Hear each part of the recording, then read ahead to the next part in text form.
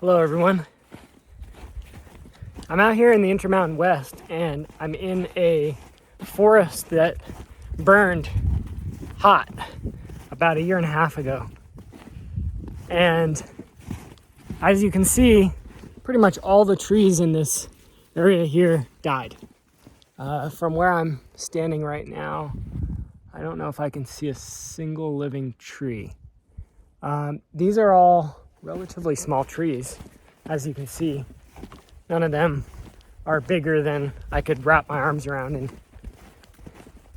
And yet these were pretty old trees. Some of them were at about above 6,000 feet of elevation here. Pretty harsh climate. And trees are growing slow. So I haven't counted the rings on some of these that are down across the trail that have been cut. But I would guess that some of these, the biggest trees here, were easily in excess of 50 years old, if not more like 80 plus.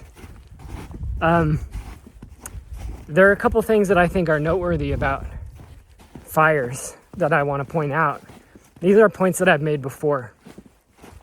One is that this forest was mostly composed of lodgepole pine. And lodgepole pine is actually a fire-dependent species. That means it has its cones, its pine cones, are called serotinous. That means that they're very tightly coiled and they're filled with a lot of pitch. And they won't actually open up and allow the seeds to be released and to germinate unless they burn. So when we say a fire-dependent forest, we mean that literally. Ecologists mean that literally. This forest depends on fire to regenerate for the next generation of trees to be born. The fact that all of these trees are similar ages is pretty common in fire-dependent forests, where fires will come through on different fire return intervals, and they'll often kill a lot or all of the trees. So when the forest grows back, which it does because it's fire dependent, you get these stands where all the trees are more or less the same age. And this is important for a couple reasons. One, because on the way out here, I drove through some areas where there was some post-fire salvage logging going on. A fire isn't a disaster for these fire-dependent forests, but logging is, whether the trees are alive or dead when they're logged. The standing dead wood, as you can see, this area burned intensively. Like I said, it killed every single tree, and yet most of the wood is still here. These trees didn't actually burn up and burn away, and that's the case in most forest fires. The majority of the carbon, the organic material that's in the trees, the bark, the roots, etc., actually doesn't burn. It stays in the forest. And that's really important for ecology, for the next generation of trees, for other plants, for animals like blackback woodpeckers. Lots of bird species love to nest in dead trees, standing dead trees. And in fact, burned forests in the western United States are the second most biodiverse forest type after old growth. So again, fire is not a catastrophe for these fire-dependent forests. Now, there are some forests that are not fire-dependent and that have fire return intervals that are very, very lengthy. Places like the Redwoods or the Olympic Peninsula of Washington State. These are very wet places where fire's not common historically. Some of those places have some fire resistance. Some of those trees have fire resistance, but they're not fire dependent.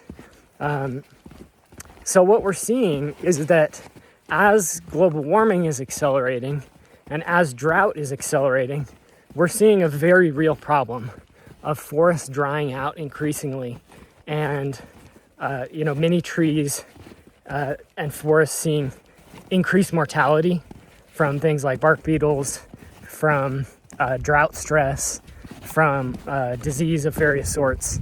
things that are naturally present in forests and that aren't problems, but that because of global warming are becoming more potent.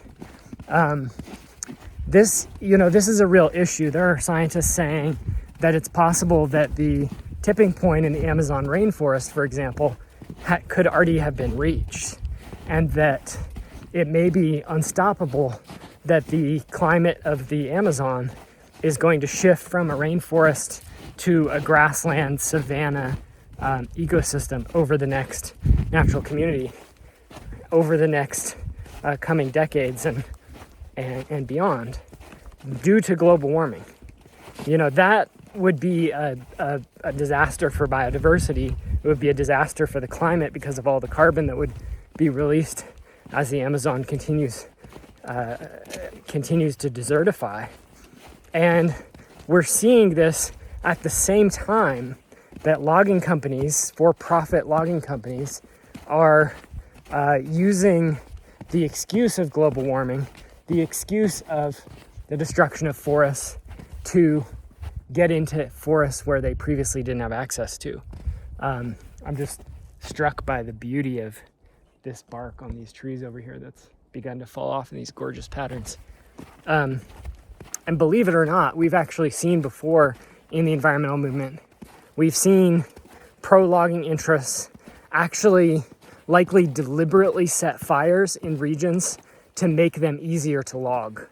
When forests are alive, they generally are somewhat more charismatic in the popular imagination, and they're somewhat easier to protect.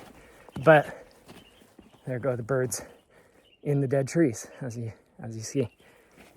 But in the case of Warner Creek, if people are familiar with the documentary film Pickaxe, which you can watch online for free, it's believed that logging interests actually deliberately set a forest on fire in this area in order to then get salvage logging approved in that area to get the wood out of an area that they wouldn't have been able to cut otherwise.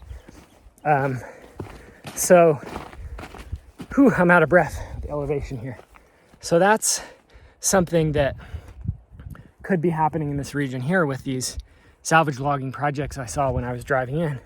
I didn't see much logging here coming here over the last 5 or 7 years, but until now, until post-fire, it's very possible that the post-fire allows people to make arguments like, well, the trees are already dead, so we might as well go in and cut them and get some financial benefit out of them. Those trees need to stay. It's critical that they stay. And, I wanted to make this video because, so often it's easy to get into very much either or thinking on these types of issues, where, some people in my that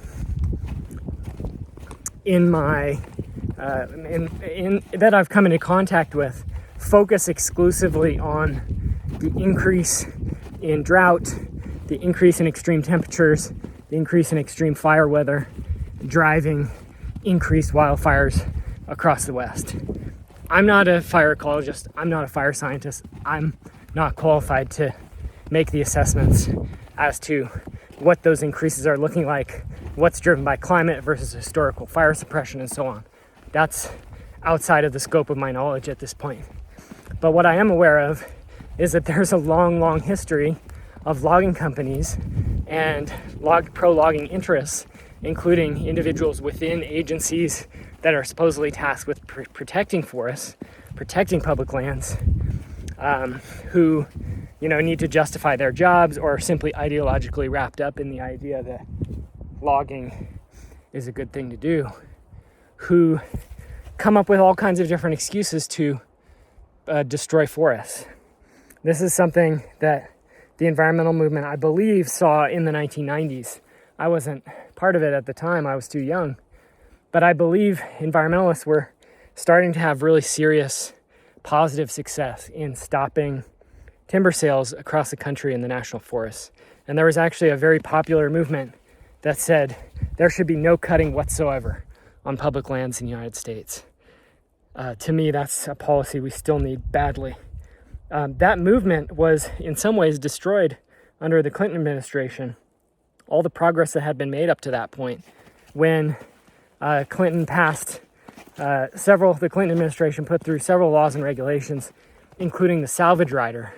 The salvage rider opened up this salvage logging avalanche, making it possible to bypass environmental reviews, Endangered Species Act reviews, public comment, and so on, when it was post-fire salvage logging. So there's a long and very serious history of the environmental movement getting completely screwed over by by people saying that we need to log for forest health, essentially. And we're seeing, in some ways, that movement return. I have some acquaintances in northeastern California who are fighting a Forest Service project that would involve thinning and logging of 250,000 acres of national forest land that should probably just be left alone. The evidence that thinning and logging reduces fire intensity or spread out in wildlands away from the very edges of towns is non-existent as far as I know. It's basically made up completely. And so if communities, from what I understand, really want to reduce their fire risk, then they should be working around the direct perimeters of their homes and their communities. And, with people increasingly sprawling out into rural areas more and more, that's a problem too. That adds complexity to the issue. With the fact that global warming is driving increased risk in many areas, and that's combined with a growing population of more and more people out in the woods, often starting fires. I believe it's something like 9 out of 10 wildfires are actually started by human beings rather than lightning or natural causes. This is a recipe for disaster. And I just think it's important. The most important thing here, I think, is that people stand up and fight for the forests, whether those forests are alive or dead. This forest here, like I said, almost all dead trees. I'm in an area now where it's getting patchy, which is what you often see in these forest fires. Areas which have been hit with high intensity fire will often have sizable pockets, or very much a mosaic effect, where some stuff burns and some stuff survives. That creates more habitat complexity, more microclimates, and can be very good for wildlife, for early successional species, for wildflowers, pollinators, birds, ungulates. All sorts of species thrive in these types of places, and these places need to be protected. So I'm out of breath. I'm gonna leave it there. Thanks for watching.